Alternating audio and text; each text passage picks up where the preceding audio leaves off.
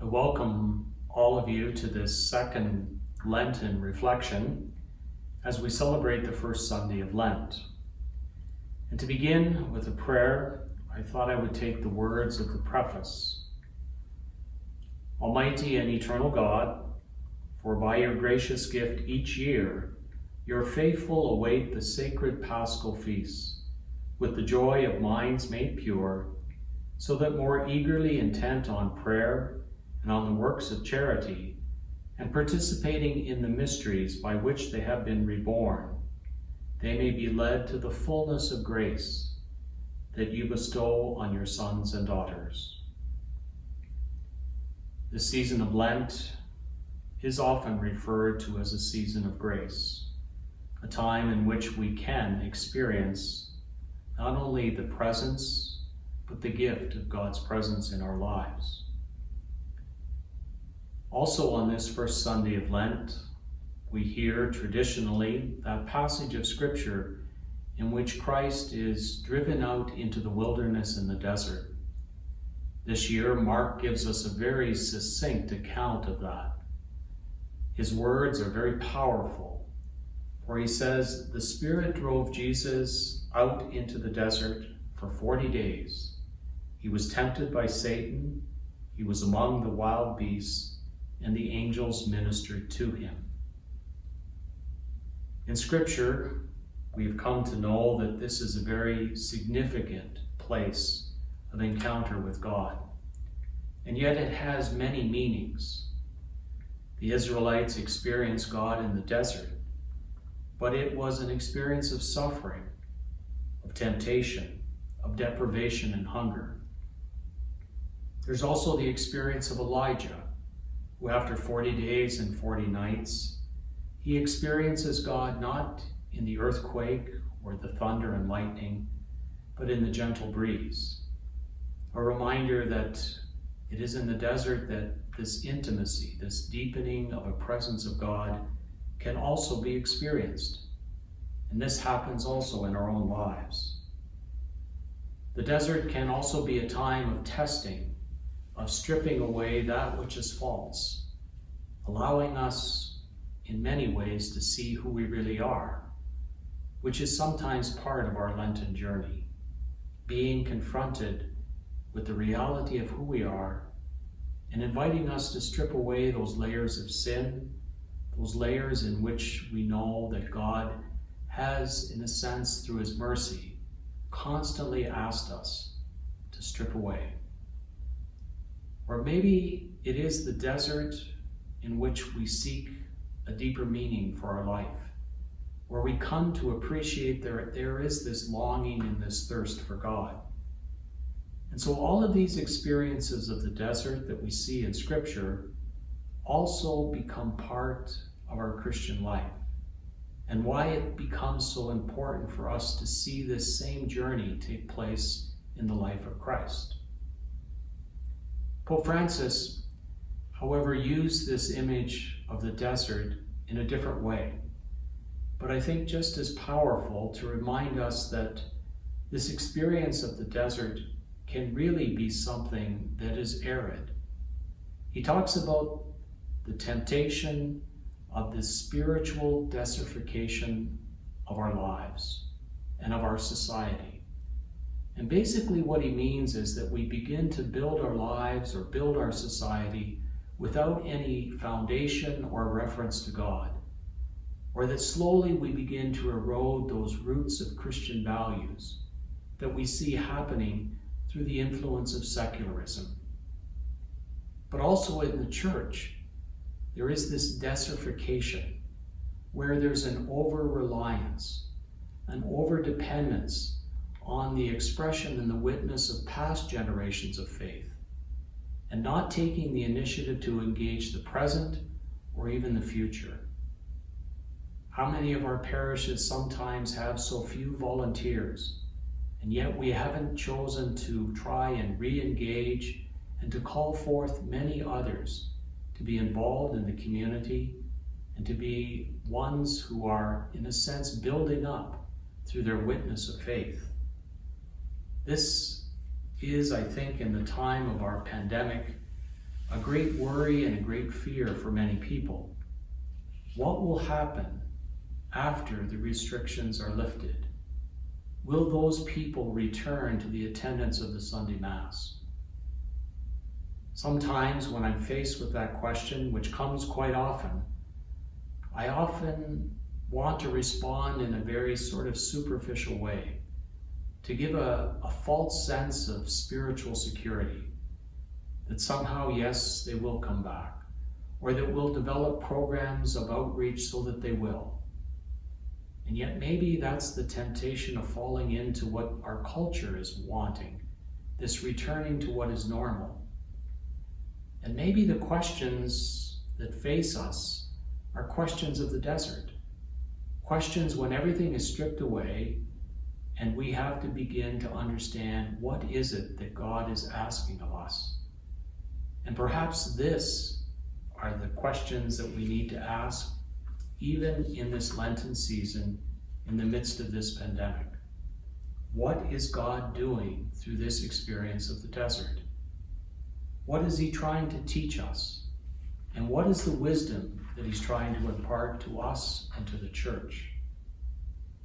By asking these more fundamental questions, I think it brings us back to the essential view that in the Christian life and in the following of Christ, there is one principle that we need to be reminded of, and that is the primacy of grace.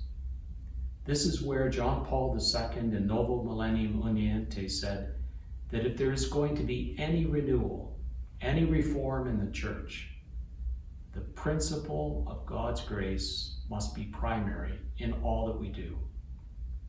And yet, we all know that sometimes we lose sight of that. We become more enthralled with our actions, our plans, and we sometimes overlook the necessity to first turn to God, or to see that God has already been acting, not only in the church but in our parish. This becomes the attitude and the disposition that recognizes that it is God who takes the initiative, who takes the steps towards us in our life.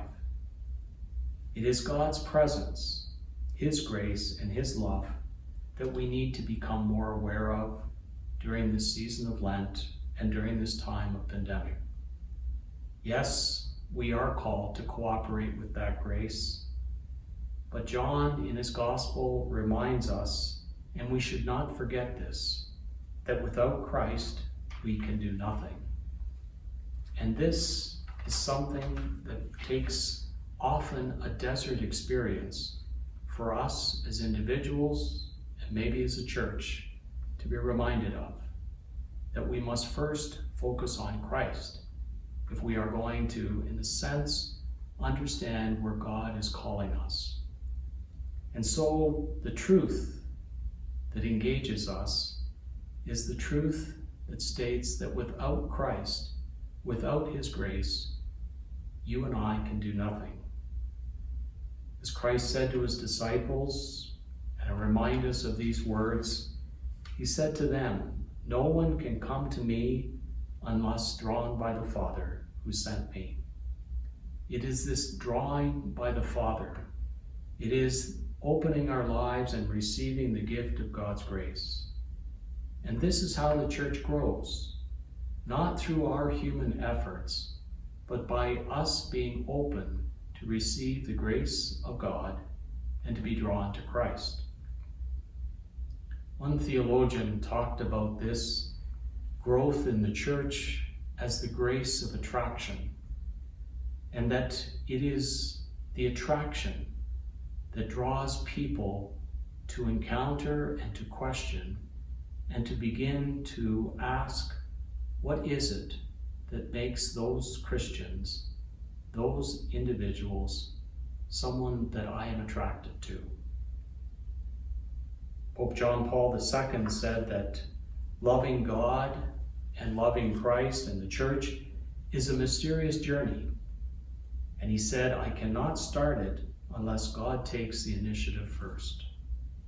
This mysterious journey of our life, of everyone's life, begins not by us, but by God taking the initiative and coming to us. Lent is this mysterious journey. It is a time to be reminded of the primacy of grace and allowing God to come into our lives. It's important, for when we do, then we allow that grace to become an attraction to others. Each year, we see this grace of attraction being lived out. We see it in those who are known as the catechumens, who this Sunday, on the first Sunday of Lent, will become the elect. They will make a public declaration of their desire to be entered into the church at Easter, and also to the catechumens who, with the candidates, will be fully initiated at the Easter Vigil. As we said in that opening prayer, it is the Paschal mysteries in which we are reborn. And this becomes the journey, the gift of grace that we see unfold in the lives of individuals, but that becomes translated throughout the church and in all of our parishes, even in the midst of this pandemic. When I was first a priest in the parish and filled with many opportunities of ministry and service, I often was drawn to this ministry of accompanying those who were seeking to be baptized at Easter. After the Second Vatican Council, we know that this particular journey was renewed when we called it the rite of Christian initiation of adults. And it wasn't so much focused on individual participation of catechesis or the teaching of a class, but it was the formation of a community, one of prayer, one of support, and also one of learning of the faith.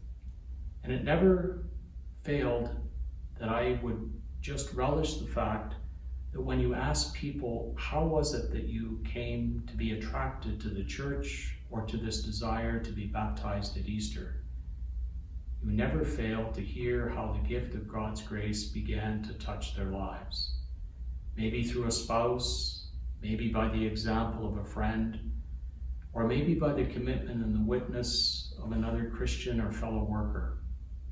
It never failed that it was always the grace of God that they became aware of, sometimes in very profound and very dramatic ways, and sometimes in very gentle ways that happened over many years, until finally God wore them down and they realized that God was calling them to become a Catholic and a Christian.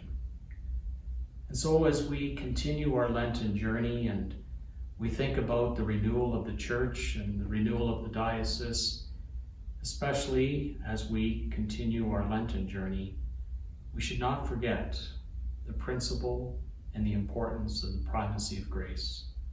It is always God's initiative. It is always that attraction that draws others to Christ. May we in our Lenten journey together be open to receive the fullness of this grace as He has bestowed upon us as His children.